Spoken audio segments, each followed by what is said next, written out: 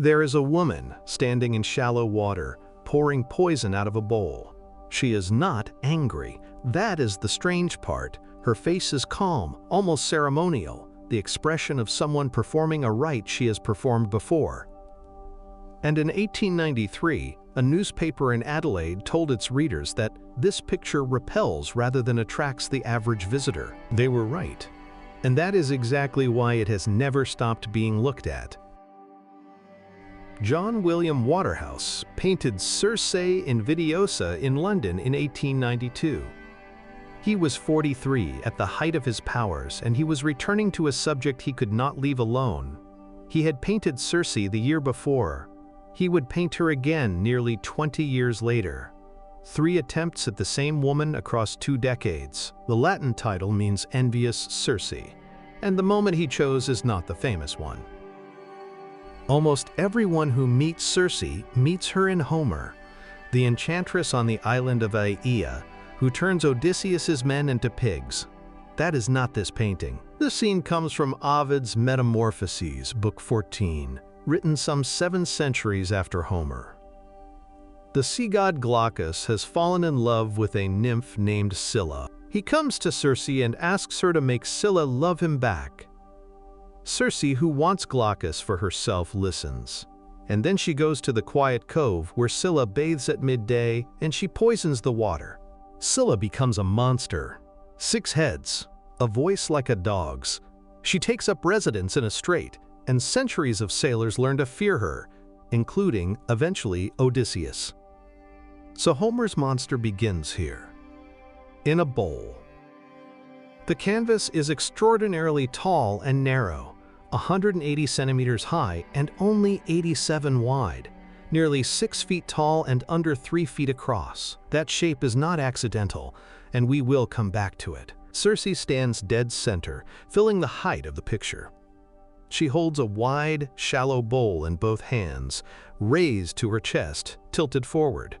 From it falls a rope of green liquid, luminous, almost self-illuminating, the brightest thing in the painting. Her robe is peacock-patterned, blues and greens flowing into the water at her feet, so that you cannot quite find the line where the fabric ends and the sea begins. Behind her, the background is dark and close, more cave than sky. Below her, in the water, a shape is already beginning to change. Her head is bowed, her eyes are down, fixed on the poor. She is watching her own work. Look at what Waterhouse removed. The year before, in Circe offering the cup to Ulysses, he had painted the sorceress enthroned, surrounded by props. A wand, a mirror, a transformed sailor at her feet. Odysseus reflected in the glass behind her. It is a stage set. It tells you everything. Here there is almost nothing. No throne, no witnesses, no wand. A woman, a bowl, water, dark.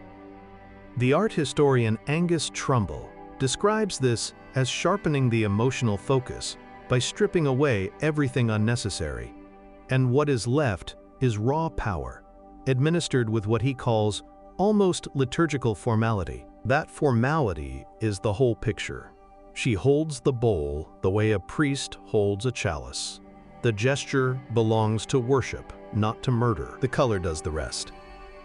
Deep greens and blues, laid on with an intensity one Victorian critic compared to stained glass. The green of the poison is not a natural green. It is a signal. The one wavelength in the painting that says this is not ordinary water. And the format.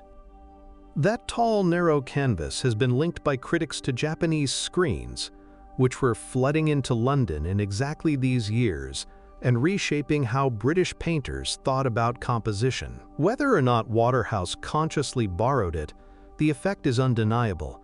The shape traps her. There is no horizon to escape to, no room to either side. Her verticality and the falling poison become a single column, pressing down on whatever is beneath. Here is what unsettles people about this painting, even when they can't name it. Circe is not doing this to Glaucus.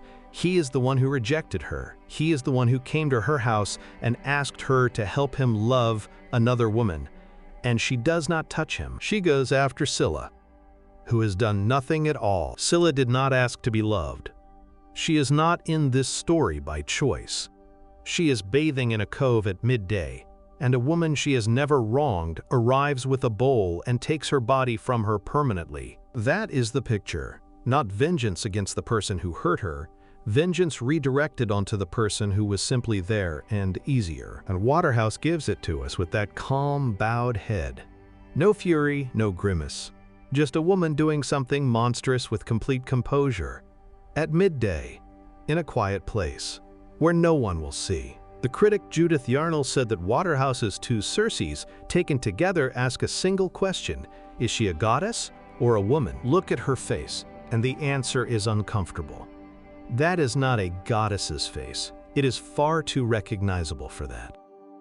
We have kept telling this story, every version of the wronged woman who destroys the wrong target, every rival punished for the crime of being chosen.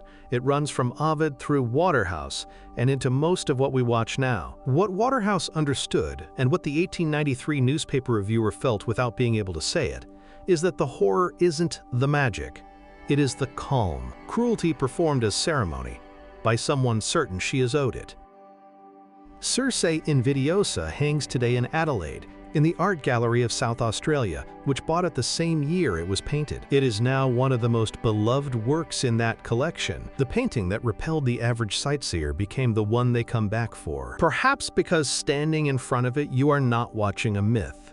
You are watching someone decide that being hurt is a license, and she is so calm about it.